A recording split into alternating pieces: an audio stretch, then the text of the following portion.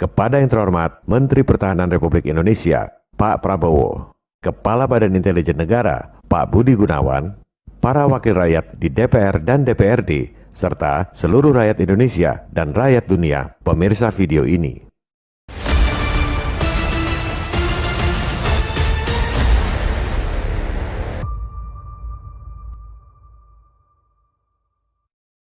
Masalah utang negara bukan cuma masalah ekonomi, tapi masalah besar buat ketahanan nasional, kedaulatan negara, dan kesejahteraan rakyat.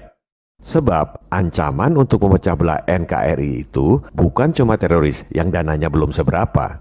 Betul itu ancaman, tapi di zaman now, ancaman ketahanan nasional yang paling besar untuk menghancurkan keutuhan NKRI adalah ekonomi lewat utang. Menghancurkan negara tanpa sebutir peluru. Penjajahan zaman dulu jurusnya divide et impera, divide and conquer, pecah belah dan taklukkan. Penjajahan zaman now, pecah belahnya lewat ekonomi, utang yang tak mampu dibayar. Menaklukkannya bukan dengan tentara, tapi lewat bankster berbaju IMF. Dengan persenjataan seperti apapun, kalau kita sudah nggak bisa bayar utang, kita nggak akan bisa melawan. Utang kalau zaman dulu lewat pinjaman dari IGGI, CGI, dan lain-lain. Bunganya sangat rendah. Itu pun mereka udah untung besar. Karena uang buat utang itu sebenarnya cuma penggandaan uang giral atau uang elektronik lewat sistem perbankan fractional reserve. Uang dolarnya nggak pernah dicetak. Mereka nggak pernah keluar duit sepeser pun buat kasih utang pada kita. Tapi masih mendingan, utangnya sama organisasi. Kalau mau negosiasi, lunasi utang masih terkontrol.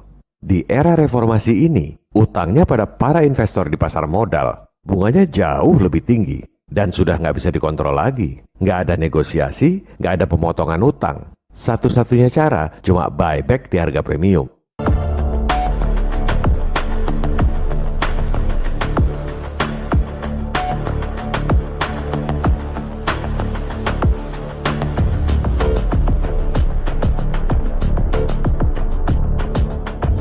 Sekarang ini pemerintah udah nggak mampu bayar bunga utang, sehingga harus nambah utang buat bayar bunga utang.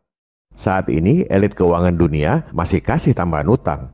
Begitu mereka stop kasih tambahan utang, selesai permainan, default. Apa yang terjadi jika negara nggak bisa bayar utang? Tekanan internasional. IMF masuk pura-pura nolong, padahal sebenarnya ngerampok habis-habisan. Persis seperti preman tebar paku. Dan kita nggak akan punya bargaining position karena udah nggak bisa bayar utang. Dengan alasan meningkatkan GDP,